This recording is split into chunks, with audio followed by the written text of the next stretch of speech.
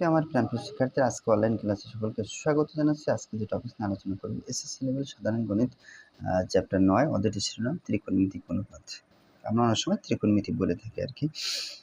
আজকের পর্ব 19 থাকছে খুব একটা গুরুত্বপূর্ণ অঙ্ক। বেশিরভাগ কেন আমরা প্রতি বছর কোনো না কোনো বোর্ডে আমরা পেয়ে থাকি এই টাইপের অঙ্ক, কিন্তু আমাদের অঙ্কটা একটু ঘোরানো থাকে এটা।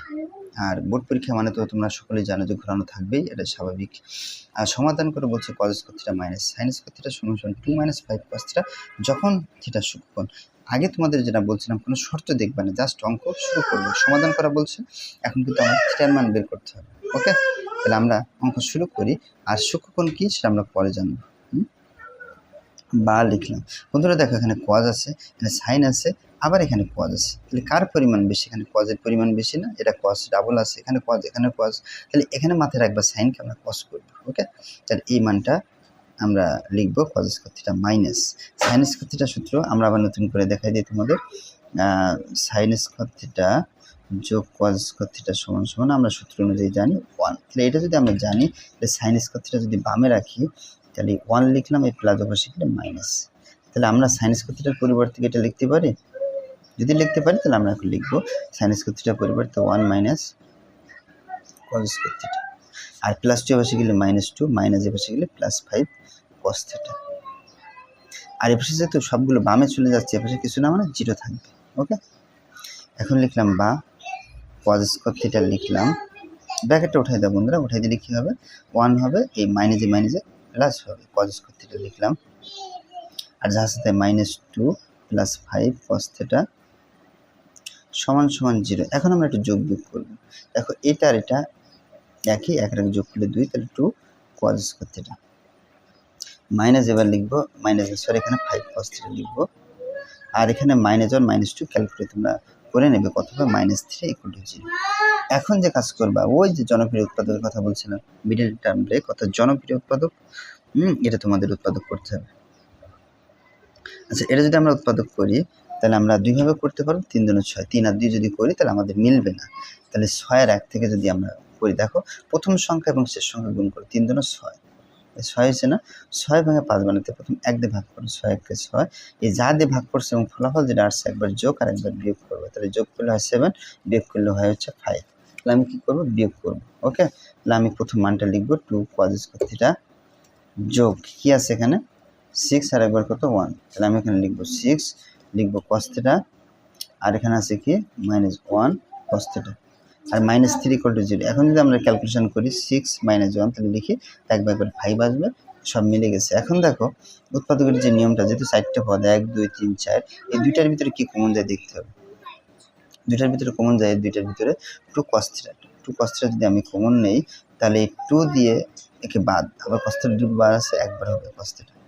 এখন এখান থেকে cos থিটা তো বাদ দিয়েছে, মানে কেন? ভাগ করছি, কমন এসে 2 দিয়ে 6কে যদি 2 দিয়ে ভাগ করি তাহলে 3 হবে। বন্ধুরা, কারো যদি সমস্যা হয় তোমরা একটা কাজ করতে পারো, এই ব্র্যাকেটে যা আছে এই ব্র্যাকেট আগে দিয়ে নিতে পারো যদি সমস্যা হয়। স্যার কমন নিতে সমস্যা হচ্ছে, = 0। এখন একটু খেয়াল করবা, এখানে এইটুকু কিন্তু কাজ করে আসছে, সেখানে -1 cos থিটা, এখানে শুধু cos থিটা আছে, তাহলে নেই কি -1, এই যে -1 দিয়ে দিলাম। দেখো এটা যদি আবার গুণ করে, এটা হয় এই প্লাসে মাইনাসে মাইনাস, এটা গুণ করলে একই, মানে মিলবে আর কি।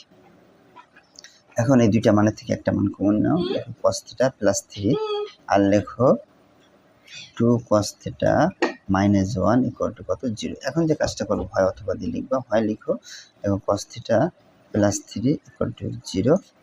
cos থিটা যদি আমরা লিখি, +3 পাশে গেলে -3। আচ্ছা, এখন যে কাজটা আমরা এখন করব সেটা হচ্ছে, এর মানটা কখনো সম্ভব না। কেন? আমাদের শর্ত যদি আমরা বলি, এরকম আমরা যদি একটু শর্তের কথা যদি নিয়ে আসি, তাহলে সবথেকে বেশি ভালো হবে। কারণ আমরা জানি cos এর যে মানটা -3 কখনো সম্ভব না। কেন সম্ভব না? cos এর মান সর্বোচ্চ যে মানটা হতে পারে -1, -1 থেকে -1 থেকে বড় বা এর সমান, আর +1 থেকে ছোট বা এর সমান। এর ভিতরে যে মানগুলো, এটা সর্বোচ্চ হতে পারে cos এর মান। এখন cos এর মান হচ্ছে -3, তাহলে তো সম্ভব না। বলছে -1 থেকে বড়, -1 থেকে বড় কি তোমরা বলো? -1, তারপর লিখলাম কত? 1 লিখছি, এরপরে কি লিখবো? 0 লিখবো, তারপর 1 লিখবো, 2, এইভাবে যতগুলো সংখ্যা সেভাবে যাবে। কিন্তু আবার বলছে 1 এর সমান, তার মানে এটাও গ্রহণযোগ্য না। দেখছো খেয়াল করে? এর ভিতরে এই মানগুলো সর্বোচ্চ হতে পারবে। কার মান বলো তো? কজের মান। এখন কজের মান হচ্ছে -3, তাহলে তো গ্রহণযোগ্য না। এখন তোমরা যদি বলো স্যার এই শর্তগুলো আমার মাথায় থাকবে না, তাতেও কোনো বন্ধুরা সমস্যা নেই। যদি তোমরা না বুঝো এটা যদি তোমাদের সমস্যা হয়ে পড়ে, তুমি এক কথায় লিখবা গ্রহণযোগ্য না, শেষ। কারণ তো গ্রহণযোগ্য নয়, কারণ তো আর তোমাদের এত চাকরির পরীক্ষা না, অত কিছু তোমাদের লাগবে না, এক কথায় গ্রহণযোগ্য না। এক কথায় কি? কজের মান -3 গ্রহণযোগ্য না, শেষ। কেন? কারণ কজের কোনো -3 নেই, মান নেই।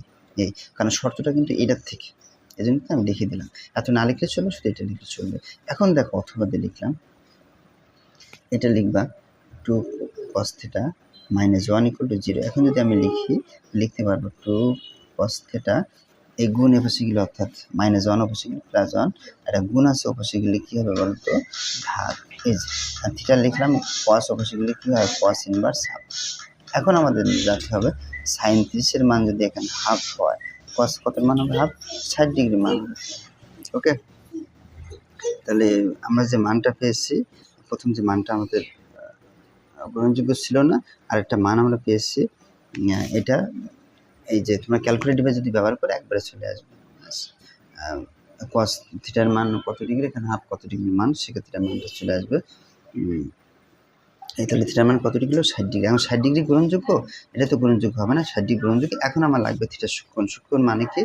0 থেকে বড় হবে আর 90 থেকে ছোট। 90 থেকে ছোট কি মান? আমাদের এখানে 60 ডিগ্রিটা অ্যান্সার। লিখবা থিটা সমান কি লিখবা? 60 ডিগ্রি অ্যান্সার। থিটা সমান লিখবা 60 ডিগ্রি অ্যান্সার। এই ছিল বন্ধুরা আজকে ভিডিও। যদি বিন্দু মাত্র কারো কাজে লেগে থাকে লাইক কমেন্ট শেয়ার করতে পারবেন, সাবস্ক্রাইব করতে। ধন্যবাদ সকলকে।